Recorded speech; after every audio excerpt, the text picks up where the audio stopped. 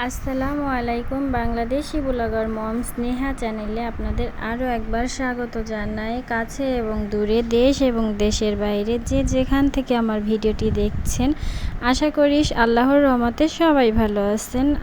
আলহামদুলিল্লাহ, আমরাও খুব ভালো আছি। তো সকাল থেকে ভিডিওটি স্টার্ট করলাম। এখন সকাল 8টা বাজে। এখন থেকেই ভিডিওটি স্টার্ট করলাম।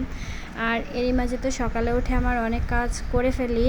আর সেই কাজগুলো আর ক্যামেরাবন্দি করা হয়নি, কিন্তু যতটুকু করেছি ততটুকু আপনাদের সঙ্গে শেয়ার করছি। আর এখন এই যে আমি আজকে শুরু থেকেই ঘর গোছানো থেকেই শুরু করলাম আর কি। তো সকালে আগে ঘরটার অনেক এলোমেলো ছিল। রাতে ঝড় হয়েছে, বৃষ্টি হয়েছে, যার কারণে ধুলাবালি সব ঘরের মধ্যে লেগে আছে। আর জানলা দিয়ে প্রচুর ধুলা আসছে। তো আজকে হাজব্যান্ডও সকাল সকাল বের হয়ে গিয়েছে। তো ভাবলাম, আর শরীরটা খুব একটা ভালো লাগছে না, ঘুমও আসছে না, সারা রাতও ঘুমাতে পারিনি। তো এই যে আমি বিছানা গুছিয়ে সোফার পরে অনেকগুলো কাপড় ছিল, সেগুলো আমি ওয়ারড্রপে রেখে দিলাম। আর মেয়েটা খুবই দুষ্টুমি করতেছে, ক্যামেরা দিয়ে ভিডিও করতেছি আর ও ওখানে সামনে এসে দাঁড়ায় করতেছে। তো রুমটা গুছায়ে ঘরটা আমি পরে ঝাড়ু দেব। তো এরই মধ্যে মেয়ের খুব খিদা লেগে গিয়েছে, কাঁদছে। তো একটু সিমাই রান্না করলাম। তো আমার হাজব্যান্ড আর মেয়েকে খেতে দেব। ওরা খেয়ে তারপরে ওরা খাবে আর আমি অন্য কাজ করব। তো এখন এই যে ওরা খাচ্ছে, আমি উঠানটা ঝাড়ু দিতে চলে আসছি। আর সকালে যেহেতু একটু দেরি করে উঠানটা ঝাড়ু দেওয়া হয়ে গেছে আজকে আমার।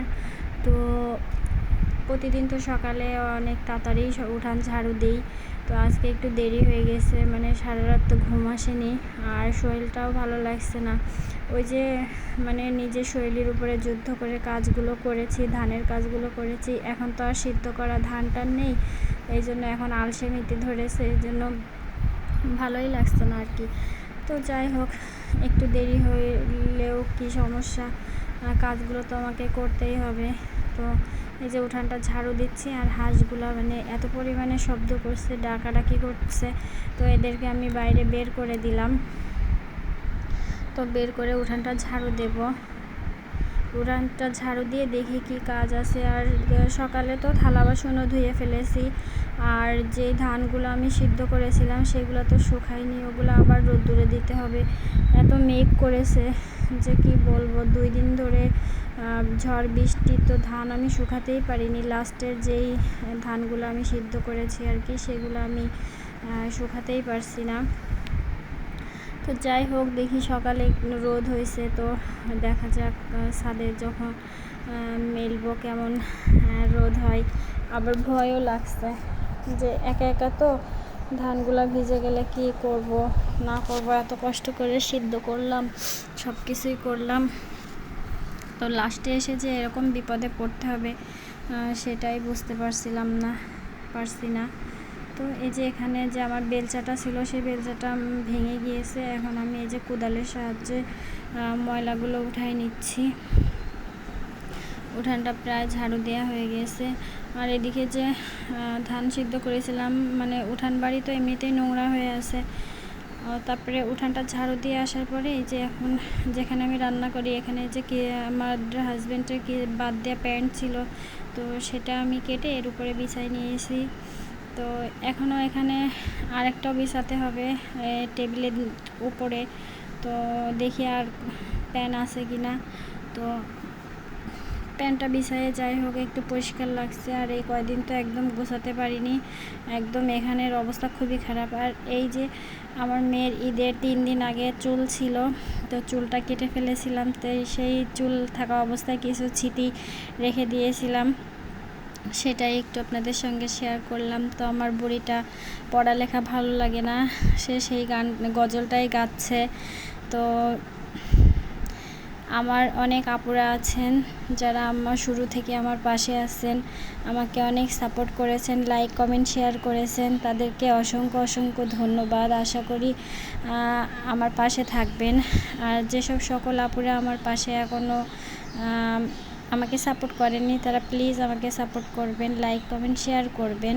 আমার ভিডিওর মাঝে অনেক ভুলভ্রান্তি হয়ে থাকে, তো ক্ষমার দৃষ্টিতে দেখবেন। আর এই যে হাজব্যান্ড বাজার করে নিয়ে চলে আসছে, এটাতে নোনা ইলিশ নিয়ে আসছে আর কিছু পুঁটি মাছ নিয়ে আসছে, আর এই যে টমেটো নিয়ে আসছে, কিছু কাঁচা বাজারও নিয়ে আসছে, কিছু শুকনা বাজারও নিয়ে আসছে, চাপাতিও ফুরাই গেছিলো, যে হলুদের গুঁড়া, গরম মশলা, মানে টুকিটাকি অল্প স্বল্প হলেও কিছু বাজার করে নিয়ে এসছে। তো দুপুরে রান্না করব, আর কি রান্না করব না করব এখনও সিদ্ধান্ত হয়নি। আগে দেখি হাতের কাজগুলো শেষ করে নিই, তারপরেই দেখছি কী দিয়ে কী করি। তো আবার মাথায় চলে আসলো যে ফ্রিজে তো 4-5 দিন আগের বেগুন আছে, তো বেগুনগুলা কেমন জানি একটু শুটকো শুটকো হয়ে গিয়েছে, মানে শুকাই গিয়েছে। তো বেগুনগুলাই রান্না করব নোনা ইলিশ দিয়ে। আর হচ্ছে যে মাছটাও কাটতে হবে, মাছটা কেটে তারপরে আমি আবার ফিরে আসব। এই যে বেগুনগুলোর অবস্থা এই। তো মাছটা আমি এর মধ্যে কেটেও নিয়ে চলে আসছি, আর রান্না করতেও চলে আসছি। তো পুঁটি মাছ দিয়ে পেঁয়াজ টমেটো একসঙ্গে দিয়ে একটা চচ্চড়ি করতে বলেছিল আমার হাজব্যান্ড, তো সেটাই করব। আর নোনা ইলিশ দিয়ে বেগুন রান্না করব। তো নোনা ইলিশে এখনকার নোনা ইলিশ একদমই ভালো লাগে না, কেমন যেন একটা ঘ্যাস ঘ্যাস লাগে খেতে, একদমই ভালো লাগে না। কিন্তু তরকারিটা যে একটু স্বাদ লাগবে তাও লাগেনি, আমার মনে হয় যে লাগবে না। সরি, আমি তো আগে থেকে খেয়ে দেখিনি। আমার মনে হচ্ছিল যখন মাছটা হাতে ধরছিলাম, তখন আমার হাজব্যান্ডকে বলছিলাম যে আমি তো কী মাছ কিনে নিয়ে এসছো, এটা তো কেমন একটা দেখতেই লাগছে, তা খেতে কেমন লাগবে। তো বলছে আমি জানি না, আজকে বাজারে পাইছি তাই জন্য নিয়ে আসছি। তো এই যে বেগুনটা আমার রান্না, এদিকে চচ্চড়িটা তো হয়ে গিয়েছে, আর এদিকে বেগুনটা দিয়ে নোনা ইলিশটা দিয়ে রান্না করছি। যেহেতু আমরা সদস্য অনেকজন, এই জন্য ছোট ছোট টুকরা করেছি মাছের। আর এখানে যে লেবু পানি করতেছি, হাজব্যান্ড রোদ্দুরের মধ্যে আসছে, ওকে একটু লেবু পানি করে দেব। হাজব্যান্ড খাবে, আমিও খাবো, আমার মেয়েকেও দিব। তো 3 জনই খাবো। আর ছেলে 2টা তো বাসায় নেই, ওরা একটু লিচু বাগানে গেছে লিচু ভাঙতে। তো ওরা আসবে বিকালে। আর এই যে এখন গ্লাসে ঢেলে নিচ্ছি, নিয়ে এখন একটু ঠান্ডা ঠান্ডা লেবু শরবত খেয়ে নেব। ভিডিওটা এই পর্যন্তই, সবাই ভালো থাকবেন।